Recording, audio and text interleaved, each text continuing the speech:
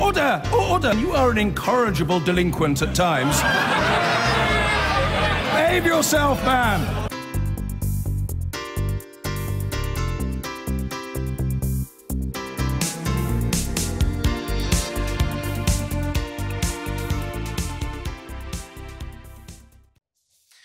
Now, the Scottish Labour Party is hunting for a new leader again after Kezia Dugdale's surprise decision to step down.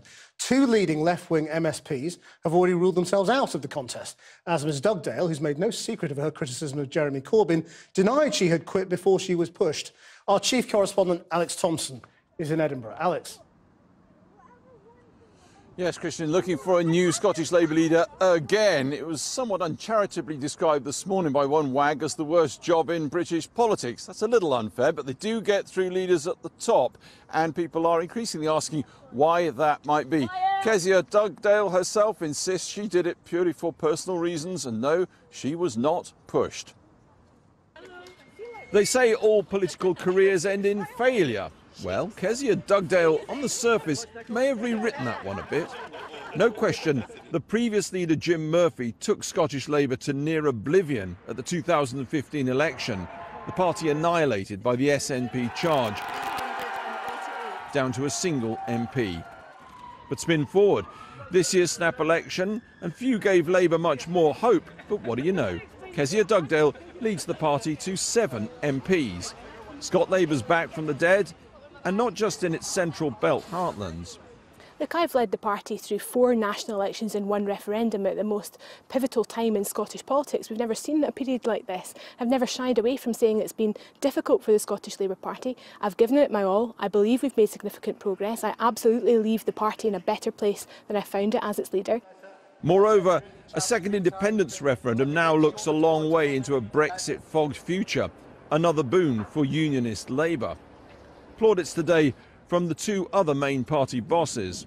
Kezia took over leadership of the Labour Party at a really tough time for the party, perhaps the toughest time imaginable. And although we're opponents, I always admired the guts and the determination that she brought to that task. She's decided that now is the right time to, in her words, pass the baton on to somebody else, and I wish her every success for the future.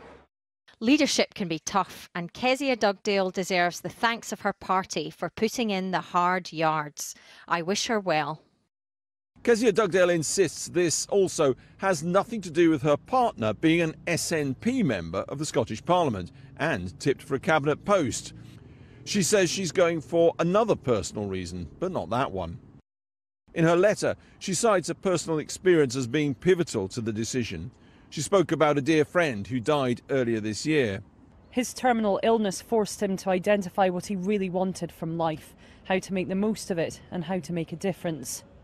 Taking lessons from that experience about the value and shortness of life, she continues, being leader has always been a difficult but fulfilling challenge, one that until now I have enjoyed, driven by a clear guiding purpose and goals, many of which I have achieved. But not everyone is buying that, this being politics.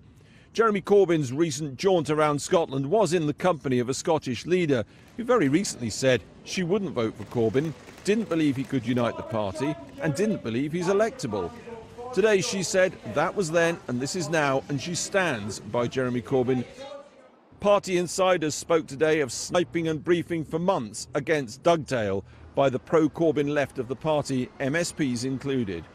Those MSPs who will speak, keen to push, though, the official line, Kezia Dugdale was not forced out.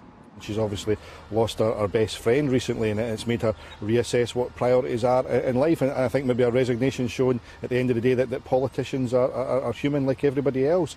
And sometimes you have to look at what your priorities in life are. And I think we maybe want to read too much into her resignation. She set up what are, I think, personal reasons rather than political reasons. The Sunday Herald this weekend picked up on some of those not-so-soft whisperings, however.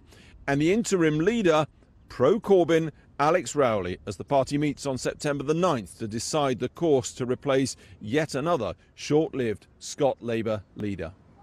Well, Danielle Rowley, MP for Midlothian, joins me now. Thanks for being with us. You can cross off one thing, I guess. Your father, Alex, is the stand-in man. He's not going to take it in a million years full-time, is he? No, absolutely. He's the interim leader at the moment, which would rule him out from standing anyway, but he's he's very happy with the job that he has. Right, that's a no, so we'll move on to the grist of it. Now, the fact is, she's had an enormous amount, like all parties have here in Scotland, of a weary electorate, endless elections, but the Labour Party does remain, with her on the bridge, firmly in third place behind the Tories. That couldn't go on. That's what this is about, isn't it?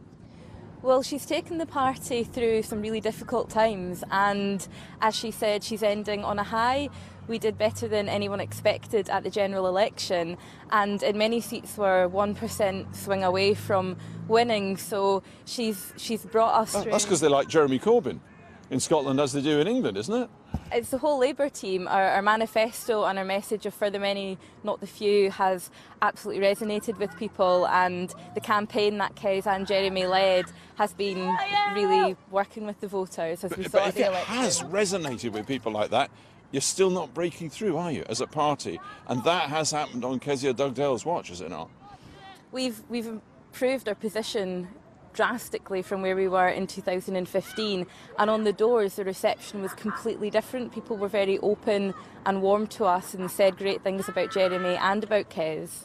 Dark whisperings, maybe there's more to it than that, that in fact it was the Corbynista wing of the party that was putting her under pressure. She just had enough of that. She'd worked hard, by all accounts, to unite the party from the Blairite wing to the Corbyn people. She was tired of that struggle. Do you think there's a good deal of truth in that? There was pressure there. No, I don't think so, and that's something she herself has completely denied. And I think it's our party's been coming together more and more, and at the last election we were really united behind our message and behind the manifesto. And I think she just, again for mainly personal reasons, has decided to end on a high and to step down. And that high you'd see is represented in the Westminster, 1 to 7 MPs, but it's not being shown here in Scotland at local level, at council level in the same way, is it? Well, my council in Midlothian, we took that back. We're now in administration in Midlothian and took that off the SNP, and then obviously returned me as the MP as well. So I think that, you know, we're getting there. The next step for me in Midlothian is helping us to bring back an MSP to Holyrood. But briefly, I don't expect you to agree, worst job in the world? I think it's going to be the best job in the world and next First Minister of Scotland. OK, well, we'll see who takes it. Thanks very much indeed. Back to you, Krishnan.